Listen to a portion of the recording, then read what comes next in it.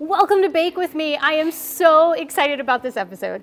I get to share with you some of the most incredible things. One of them is Snickerdoodles. Snickerdoodle cookies are the best. And I get to introduce you to somebody near and dear to my heart. My wonderful, my amazing, my incredibly creative and intelligently bright, right, and smart like me. Good adjectives. My stepson, Blake. Hello. Blake, besides your amazingness, Yeah. why A lot of that. did I invite you to be with me here today? Because I am the poster child for ADHD. He really is. Look it up in the dictionary. You'll find his picture. I'm right there. ADHD. Can you tell our audience what ADHD stands for? It's attention deficit hyperactivity disorder. And he's got that H. I've got the H, big time. Because there's ADD I've got without the deficit. hyperactivity. I've got the deficit. No attention. No attention. And we're going to try and keep him reined in here today to teach you how to make Snickerdoodle there's a chain cookies. under here. I can't get out. Don't tell him about the chain. I don't do that anymore. Or ever. Never did that. Never Anymore. did that. So the amazing thing about these cookies, I said they're amazing because it is a basic sugar cookie recipe. But the sugar cookie is so versatile. Versatile. Versatile. You can use the sugar cookie for many different recipes. It's sort of just a base, but we're going to use that for our Snickerdoodles today just by rolling them in cinnamon and sugar. Two wonderful things. Oh yeah. How about we do it? Let's get it going. Bring it on. So what I'm going to have you do, Blake, is we are going to have you combine. We have 3/4 cups of softened butter. So that's 1 stick and a half a stick. So 3/4 cups of butter. We're going to dump that in with 1 cup of sugar, and you are going to blend it. Thank you, darling. And while you mix that up, I am going to combine 2½ cups of gluten-free flour, 1 teaspoon of baking powder. You got it. How's this thing? Yeah, okay. you got it. All right. There you go. Mix that up. And a ½ teaspoon of salt. So I'm going to stir that. So over the sound of that beautiful mixer, tell me how old you were when you were diagnosed. I was young. I believe I was around 7. I was in elementary school. And it was pretty obvious that I had some deficit in my attention span. Blake was 1 year old when I became his stepmother. So it's been a while. And how are we doing there? Looking good? Looks good. All right. And I remember him being in 2nd grade, and he was so bright, just such a smart kid, banging things around. And he just wasn't doing well in school, so we knew something is not right here. What was going on? He could not rein it in long enough to do what we knew he was capable of doing. Yeah. Right? And then you got diagnosed, right? Yep, got diagnosed. What are your symptoms now as an adult that you noticed for the ADHD? As an adult, it's calmed down quite a bit since I've learned to kind of work with a little bit, learn myself a little bit better. But just really short attention span, having trouble focusing on a single subject at a time. You know, start organizing my pantry and cleaning my bathroom, but you know, just kind of all over the board. Yeah. Just kind of need to stay focused and know that I am my own worst enemy when it comes to distracting myself. And you do a really good job. You have a lot of organizational skills. Yeah. So ADHD, it really messes with your frontal lobe. I have a degree in psychology. I'm allowed to talk about this. It's not just because I'm your stepmama. So what it does is it affects your executive functioning, and that really contains all of those attention things, the organizational skills, time management skills, all of those things that can prevent you from being successful if you don't learn how to manage that. Yes. And for you, medication is not for everybody. I get that. There are definitely holistic ways. There are meditation. There's different ways to deal with ADHD. But for Blake, he had to have the medication to help him stay in control and be able to focus. And now he's in college for mechanical engineering. Yeah, cranking right along. Cranking right along. It's beautiful. All right, people are going to want to learn about these Snickerdoodles, so we're going to have to get to this. We got it. So grab the mixer again. We are going to stir in 1 teaspoon of vanilla. All right. So mix that up. And while you do that, I am going to toss in 2 eggs. So we're going to do 1 egg at a time. 1 egg at a time. Bring it. I'm going to try. Ooh. There we go. Mix that up. And now the 2nd egg. Get it all in there. Yes. Awesome. All right, so when Blake turned 16 years old, what happens when somebody turns 16 years old? They get to drive. So his mother and I were very, very scared. Bless their hearts. We thought he'd be there behind the wheel and go, oh, butterfly, you know, and just drive off the road. So we all talked about it, and she made the decision, a very smart decision, to make you wait an extra year to get your driver's license. And then you were ready. Good decision. It was a good decision for all of us, so we could all sleep well at night. It was really wild, but it affects so much, you know? It does, yeah. Especially driving. I definitely have to focus a lot when I drive, and I've always stayed on that pretty well. Yeah. I've done well. Never gotten any tickets or an accident, anything like that. Don't do that to the universe. There we go. So ADHD, there's some beautiful things about it. Usually people with ADHD are very smart and very creative. It's like, when I just used to describe it to parents, I would say, picture an orchestra. You have all these beautiful instruments. You have your brass instruments, and you have your wind, I don't know. Woodwinds. You know, your flutes and your all that. You have percussion. And if you hear them practicing at the beginning without the conductor, there's just all this noise. But when a conductor shows up, when things come together like that, they make beautiful, beautiful music. And people with ADHD can do that if they find the right way to manage and treat. And learn how to sit down and stay. Oh, yeah, that too. Yeah. That's a good one. All right, honey. So now, while you run the mixer, sorry, I have to keep having you put it down. We are going to toss in the 2.5 cups, all the mixture, the dry mixture that we put together. So we're going to stir that up, real gentle like. Don't rush the process, it's baking. Right.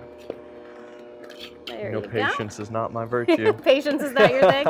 Do you think that's part of the ADHD, or is that just... Yeah, absolutely. I think definitely comes with a little bit of impulsiveness. Impulsivity, that's right. We did not talk about that. Yeah. People with ADHD are typically very impulsive, and when you're... This thing is crazy. Hold on. All right, we did not need a visual description of impulsivity. I think people know what it means. No, that was great. Being impulsive can really ruin relationships. It can put a strain on things at work. So that's one of the things tough you really have to... financially for a lot of people too. Financially.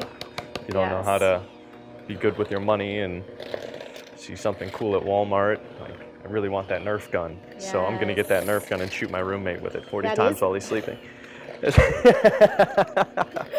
So I'm sure your roommates love you. Oh yeah.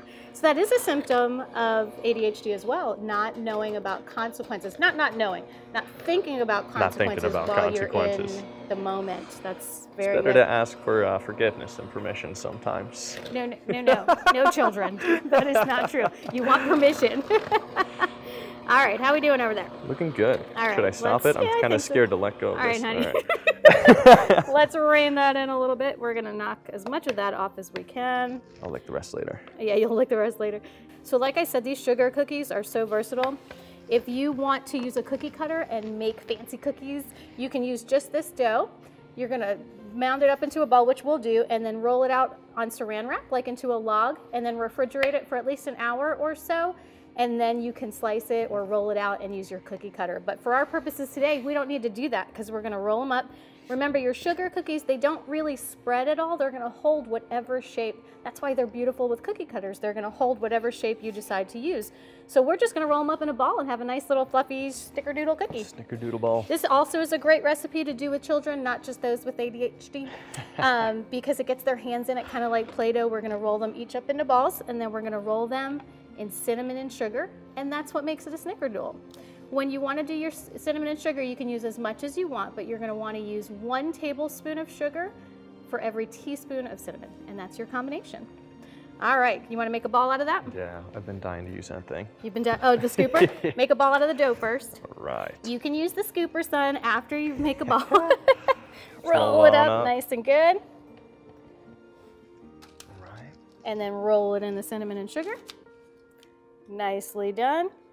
Good little form pop here. It on the plate. There we are. While we mess with this, is there anything else you think people should know?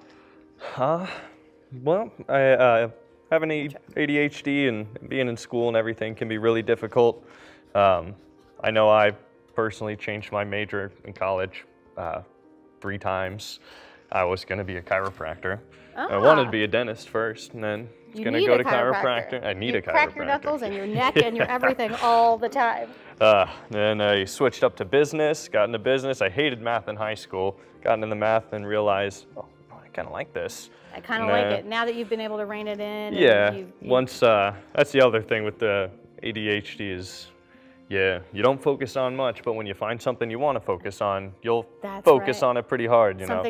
I'll spend 4 hours procrastinating, not doing my homework, but then I'll also learn how to, take gold off of computer chips and stuff like that on Yes, he's YouTube. Always been the kind of kid that would take, if you had like a microwave or a toaster oven or something that didn't work, you just put it in the garage with Blake for a few hours. Take it and apart real take quick. it apart and figure out how does this. Why it's such a beautiful mind. It's such an incredible thing. Like I said, once you learn to manage, then you can really, really go far. So that's it's not more. It's not a lack of attention as much as a lack of attention you don't want to pay, really. Okay, to things that you're not interested in. Yeah, if I'm not interested in it, I don't want to spend the time on it. And I've had parents ask me that, like, how can my kid sit in front of, a video game for 3 hours, but he can't, sit in class for 5 minutes without doing whatever? It's because of the interest. Yeah, exactly. And there are things that'll keep your mind stimulated. So if you play music, they recommend playing music without lyrics. I was going to say without lyrics. I can't do the lyrics. Because classical music or even nature sounds. I like the nature sounds because it keeps a part of your mind active,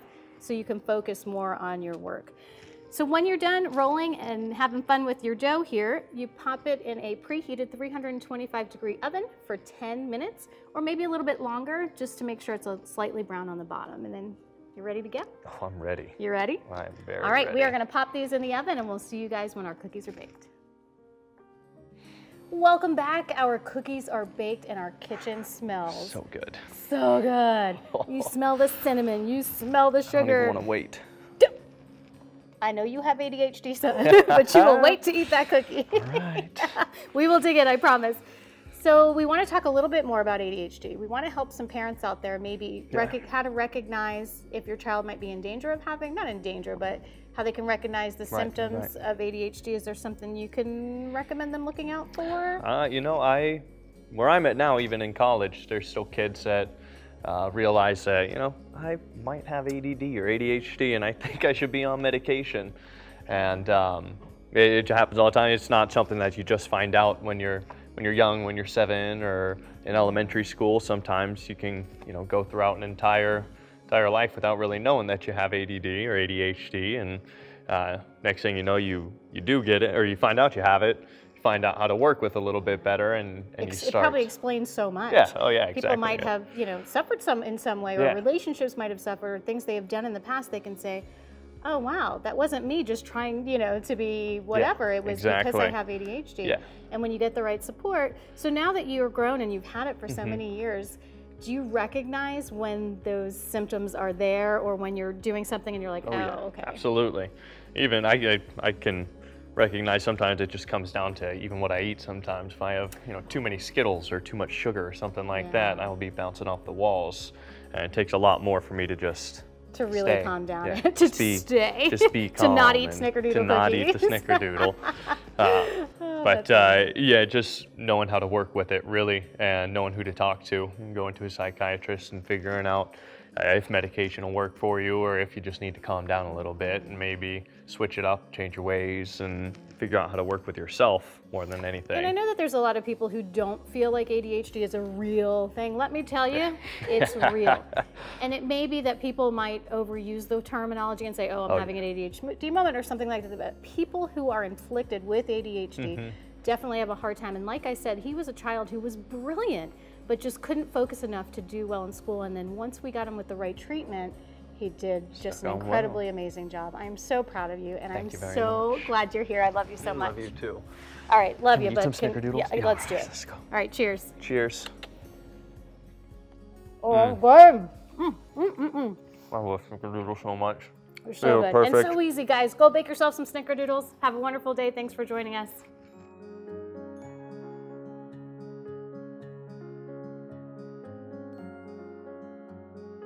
Thank you so much for watching. If you want more information on the disability that you learned about today, click the link below, and please subscribe to our channel. Peace, love, and happiness.